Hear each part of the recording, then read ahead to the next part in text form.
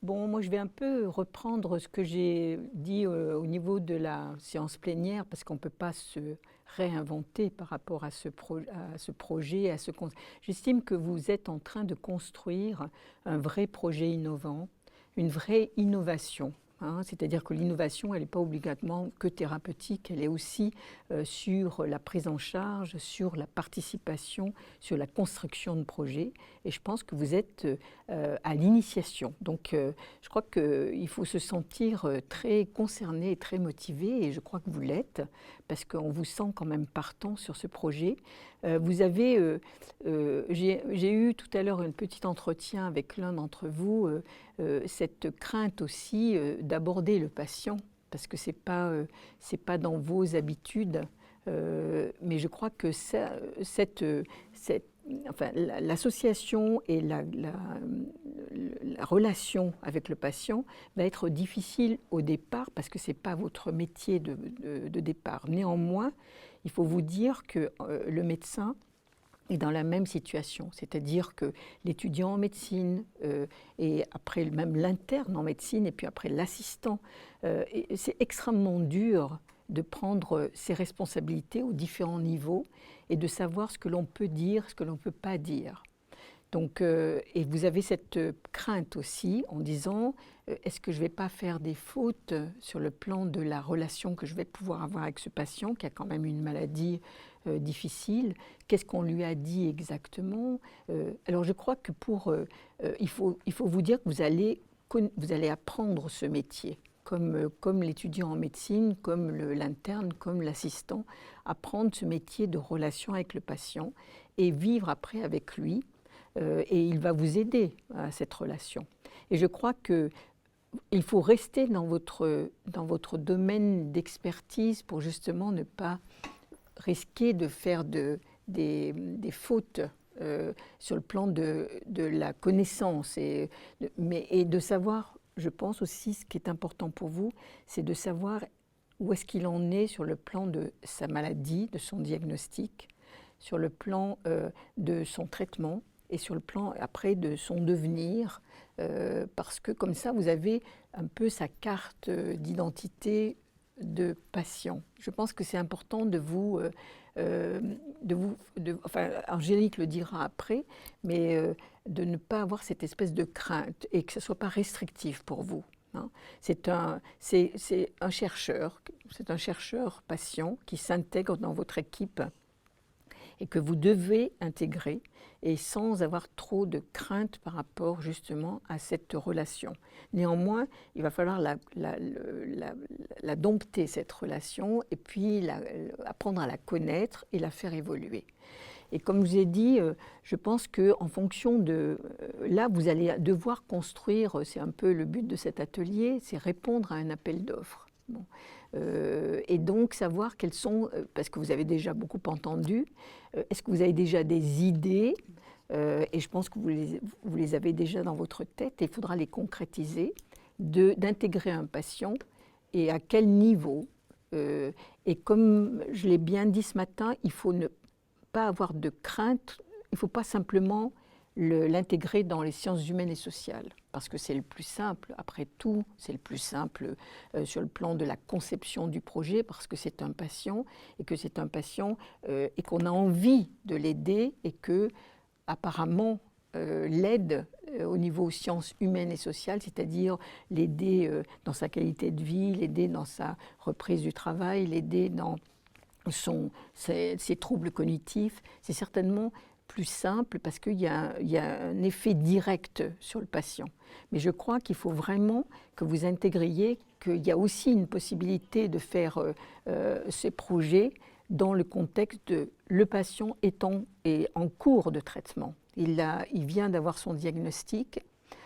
Imaginez qu'est-ce que vous pouvez apporter au niveau donc, du diagnostic, et vous pouvez apporter des tas de choses parce que justement, il y a, comme on le disait tout à l'heure, la biologie, la compréhension de la biologie, des examens qui ont permis le diagnostic, de l'imagerie, pour ceux qui ont éventuellement des compétences dans ce domaine, et puis après, donc, tout ce suivi sur le plan de la génétique, comme le pronostic des maladies, maintenant, c'est de la génétique, hein, et les stratégies thérapeutiques sont basées sur la génétique, avec des mauvais pronostics, des pronostics intermédiaires, des bons pronostics, et des stratégies thérapeutiques adaptées.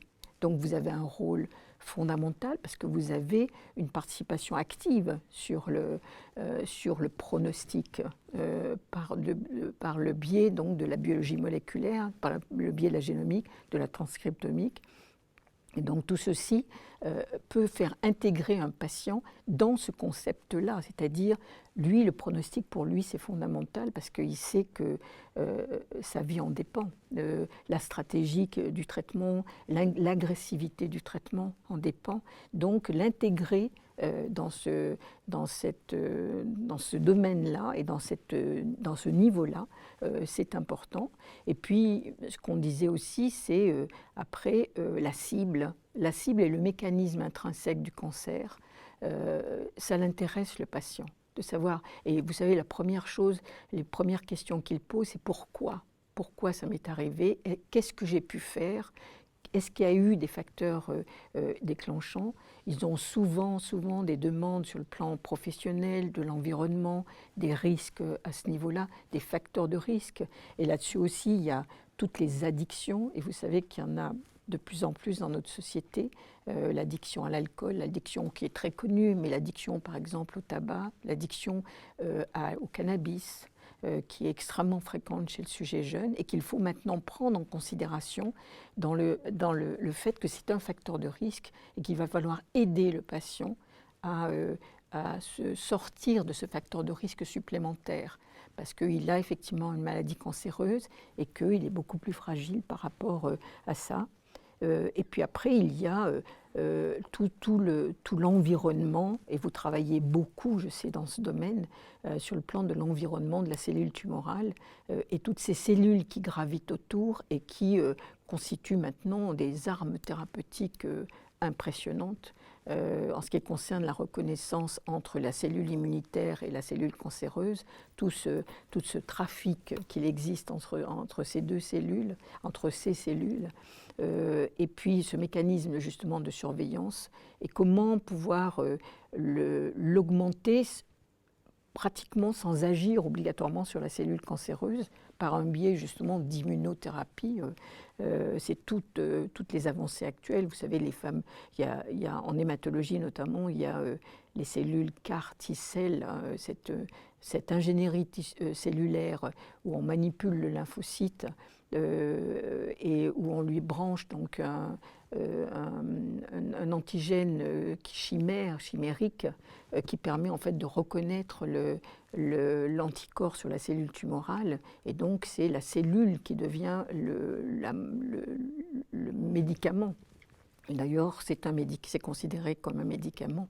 Donc tout ça, le patient, il a envie de savoir et de connaître, et qu'on l'intègre éventuellement dans cette recherche en amont, mais qui va avoir une application directe sur le plan de son traitement. Et puis après, il y a l'amont, plus en amont, c'est-à-dire la véritable recherche sur le plan du mécanisme. Et là, comme moi je vous le disais ce matin, vraiment, vous avez un rôle. Pour l'instant, vous n'intégrez pas, enfin, le patient ne va pas dans les. Je vois, c'est très dommage, moi je trouve, que le patient, nous notamment au Centre Léon Bérard, pour citer là où je suis maintenant, vous avez des tas de bâtiments de recherche.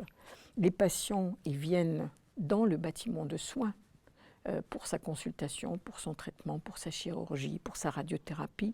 Jamais, alors qu'il est entouré de bâtiments de recherche. Il franchirait éventuellement la porte pour aller voir ce qui se passe, et Dieu sait, je pense que si ça peut l'intéresser. Donc il va falloir qu'on trouve, et c'est l'appel d'offres, cet appel d'offres est un début de connexion, trouver cette relation entre vous et les patients.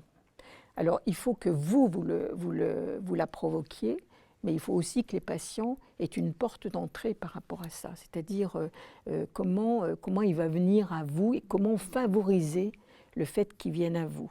Alors après, je pense qu'Angélique va en parler, il y a l'université des patients, qui se développe maintenant, toute cette thématique est en plein développement sur le plan de l'enseignement, sur le plan de l'université, ce qui est très bien, si ce n'est que, je dis toujours, j'en ai parlé beaucoup au niveau du groupe de réflexion qu'on a pu avoir sur ce premier appel d'offres, c'est que, ils le savent, les patients experts, c'est presque des patients presque privilégiés par rapport à leurs connaissances, donc il faut absolument qu'ils engagent d'autres patients. Vous comprenez, comme vous avez peur d'aborder le patient, eux, ils vont avoir peur d'aborder la recherche. Ils vont dire c'est un domaine qui n'est pas mon domaine et comment je peux oser l'aborder.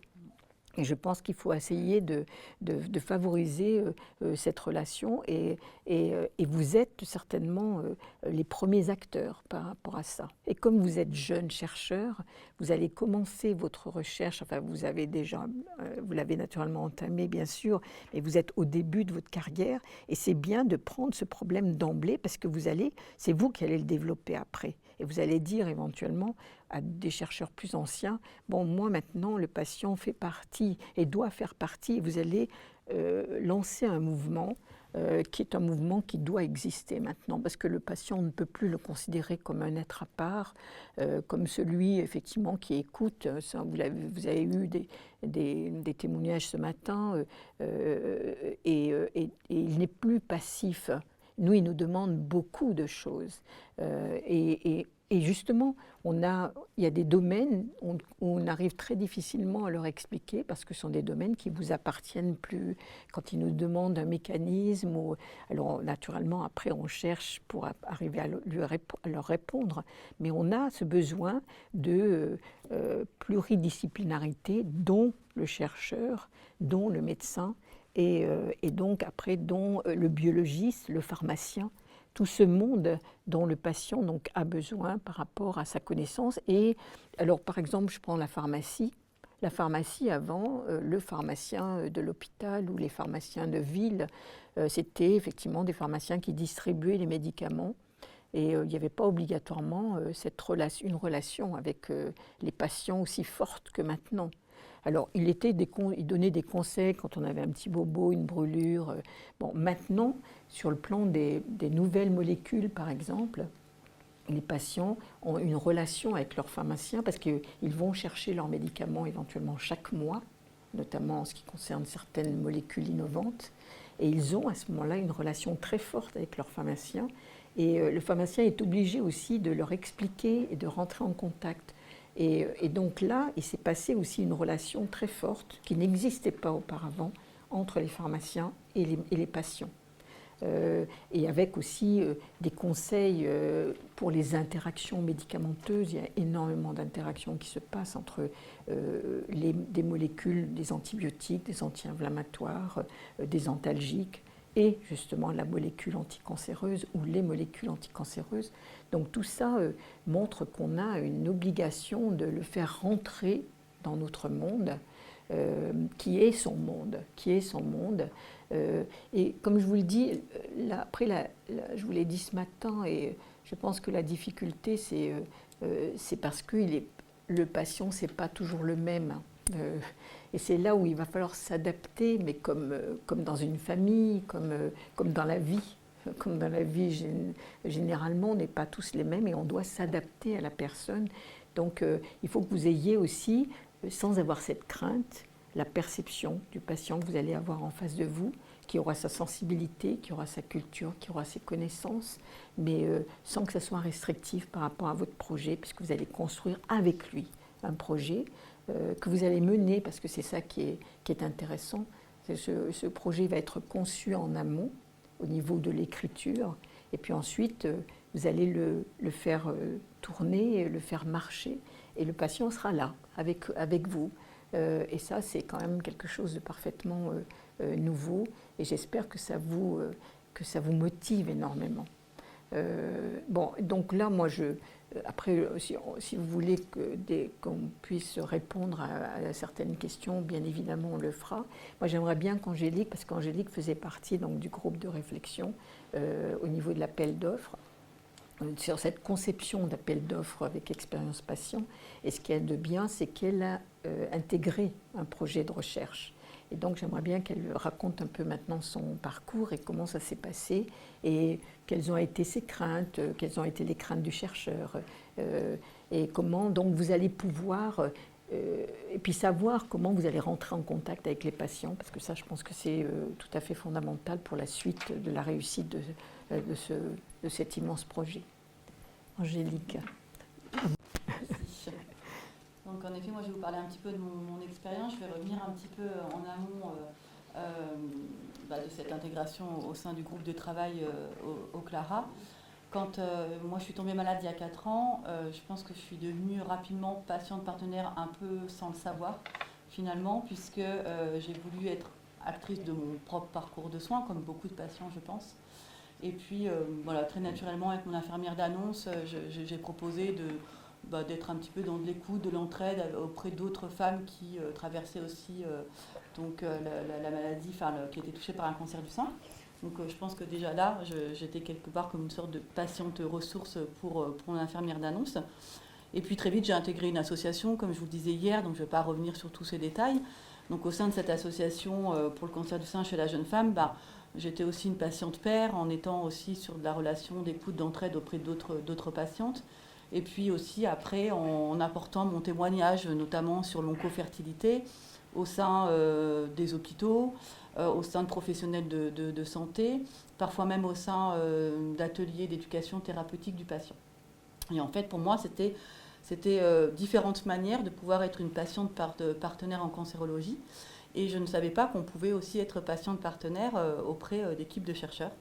Et même en ayant passé mon diplôme universitaire de patiente partenaire en cancérologie cette année, on l'a évoqué assez rapidement, mais je dirais que ce qui aurait pu être bien, mais ça on pourra en reparler après, c'est que des chercheurs puissent venir au sein de cette formation sur un cours, même sur une demi-journée, même sur 2 heures, pour nous permettre, nous en tant que patients partenaires, parce que si on intègre ce DU, c'est qu'on a envie derrière d'en faire quelque chose, généralement, et de pouvoir entendre en fait des chercheurs nous expliquer un petit peu ce que vous faites, et puis comment on peut être intégré en fait dans cette réflexion. Et puis en même temps, j'ai intégré du coup le Clara, le groupe de travail avec Morissette, justement sur cet appel à projet OncoStarter thématisé sur l'expérience patient, qui est un peu une première. Donc pour les patients, mais avec les patients aussi. C'est ça qui était, on va dire, totalement novateur. Et donc j'ai intégré ce groupe de travail avec d'autres patients partenaires aussi. Et on a pu construire le cahier des charges en fait, de cet appel à projet. Donc c'était intéressant de savoir qu'on pouvait chacun apporter ses propres savoirs. Nous, en tant que patiente, en tant que chercheuse, le Clara et toutes les personnes qui étaient présentes dans ce groupe de travail. Et puis moi, j'ai quitté un petit peu, pas l'aventure, mais j'ai quitté la fin du groupe de travail, on va dire, avant d'intégrer le jury pour auditionner les chercheurs qui allaient répondre à cet appel à projet. Parce que j'avais vraiment envie, moi, d'intégrer en tant que patiente partenaire une équipe de chercheurs pour répondre à cet appel à projet. Voilà, j'espère que là vous me suivez, parce que même moi des fois, je me perdais un petit peu sur le moment, après c'est devenu clair. Mais... Et donc j'ai moi-même en fait envoyé un mail à mon réseau dans le cadre de l'association, au centre Léon Bérard, à différents hôpitaux, où je savais qu'il y avait des équipes de chercheurs en disant, voilà, il y a l'appel à projet OncoStarter thématisé expérience patient, vous allez peut-être y répondre. Je vous propose ma candidature en tant que patiente partenaire, que ce soit autour du cancer du sein, de l'hormonothérapie, de l'oncofertilité ou même sur l'expérience patient, on va dire, en général.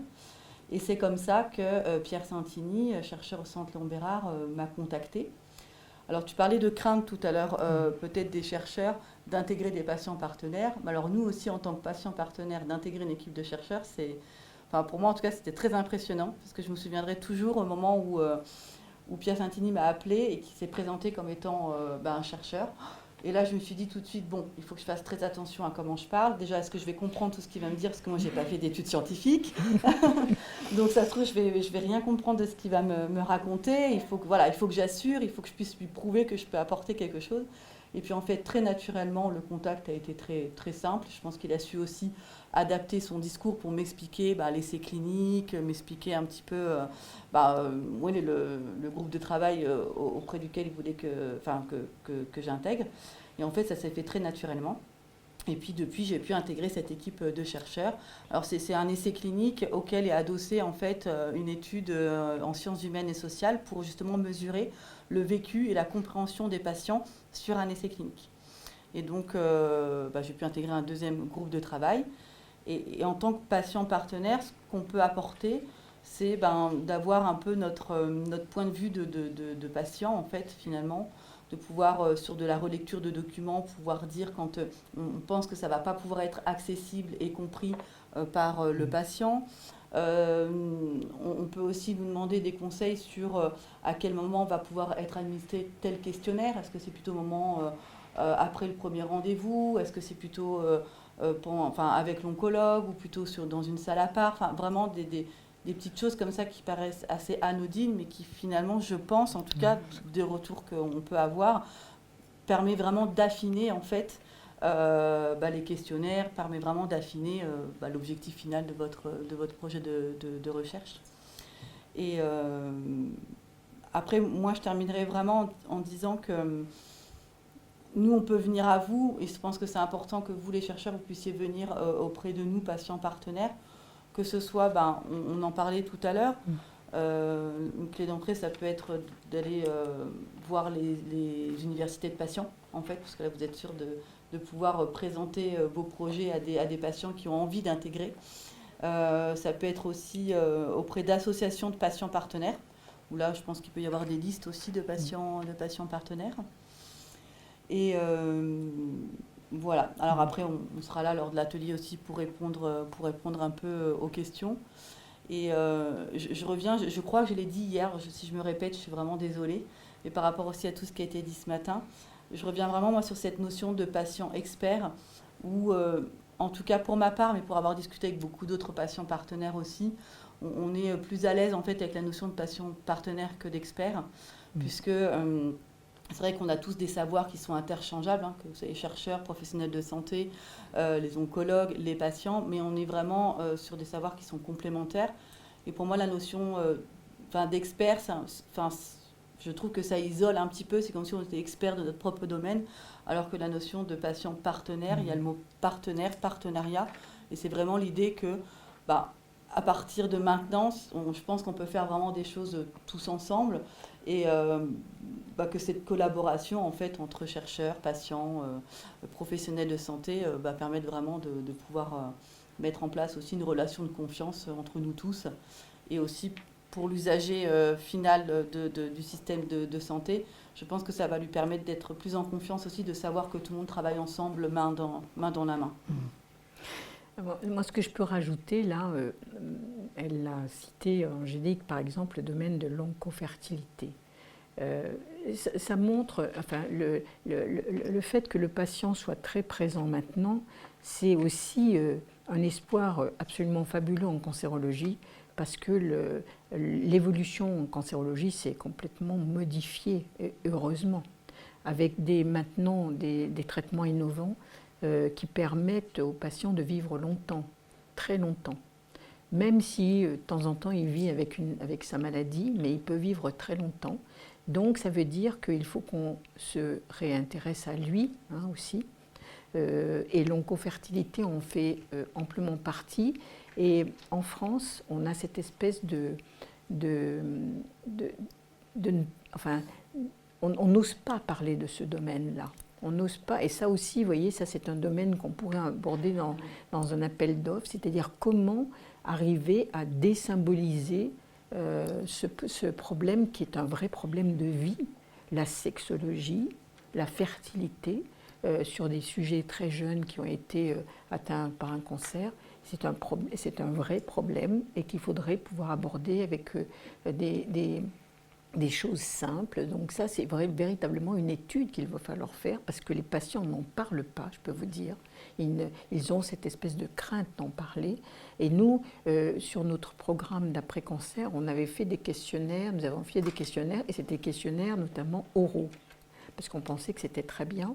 On s'est adressé directement aux patients qui, lui, était complètement bloqué sur des questions s'adressant à sa sexualité, par exemple. Et on s'est rendu compte que ce n'était pas du tout la façon de faire, parce que soit il était lui bloqué, soit parce qu'il était avec sa conjointe ou elle était avec son conjoint, où elle n'avait pas envie de parler de ce côté très très intime dont il est quelquefois difficile de parler même entre eux. Donc ce sont des choses, ça montre tout ce qu'on a à faire dans ce domaine qui est notamment un domaine aussi de recherche. Et en ce qui concerne la fertilité, c'est encore pire. Moi, j'ai assisté précédemment, enfin, il y a la semaine dernière, à une thèse sur justement la procréation médicale assistée, et où actuellement on cryoconserve notamment du tissu ovarien, et où on a cet éternel doute éventuellement de la contamination du tissu ovarien dans des maladies hématologiques un peu systémiques, et donc où il y a un domaine de recherche impressionnant et où là actuellement il y a énormément de travail fait pour la cryoconservation et avec très très peu d'utilisation en fin de compte après des tissus qui ont été cryoconservés. Pourquoi ? Là, sur les études internationales qui ont été faites, c'est 7% ou 3%, entre 3 et 7% d'utilisation de tout ce qu'on cryoconserve dans ce domaine. Alors heureusement, il y a des grossesses spontanées qui arrivent à distance des traitements chimiothérapiques et de la radiothérapie par exemple, mais on a fait tout un système très sophistiqué et en fait pour une utilisation toute petite à la fin. Donc là aussi, il y a beaucoup de choses à faire dans ce domaine. Je vous prends cet exemple parce que Angélique en a parlé. C'est pour vous montrer l'amplitude. Bon, là, c'est plutôt les sciences humaines et sociales sur le plan, mais il y a le côté effectivement recherche sur le plan justement de la cryoconservation des tissus. Là, on est en train de faire des études justement génétiques sur les ovaires pour savoir le degré de maladie résiduelle existant sur ces tissus, sur la réimplantation secondaire, sur des grossesses potentielles en réimplantant le tissu ovarien. Donc il y a aussi un domaine très important de recherche. Donc vous voyez, c'est un des exemples. Et donc là où ici, il faut qu'on travaille, Angélique l'a dit, c'est effectivement votre connexion, la connexion entre vous et les patients. Je crois que le monde associatif, c'est une bonne idée, c'est-à-dire sensibiliser toutes les associations que nous avons maintenant pour faire éventuellement une liste maintenant de patients qui sont patients partenaires plutôt qu'experts, parce qu'ils n'auront pas obligatoirement des patients experts, ils en auront peut-être, mais pas beaucoup, et peut-être il y aura des patients partenaires, mais qu'il faudra probablement éduquer par rapport à leurs compétences dans ce domaine. Néanmoins, je pense que le monde associatif est une porte d'entrée importante. Et puis, il y a aussi les journées patients qui existent. Nous, en hématologie, elles sont très, très développées. C'est-à-dire que, par exemple, dans le myélome multiple, qui est une maladie de la moelle osseuse et des os, les patients, il y a une association qui s'appelle AF3M, qui est une association de patients extrêmement forte en France, en plus qui ont une possibilité d'action au niveau des tutelles, ce qui est aussi important par rapport à l'équité et à l'inégalité sur le plan de l'accessibilité aux médicaments.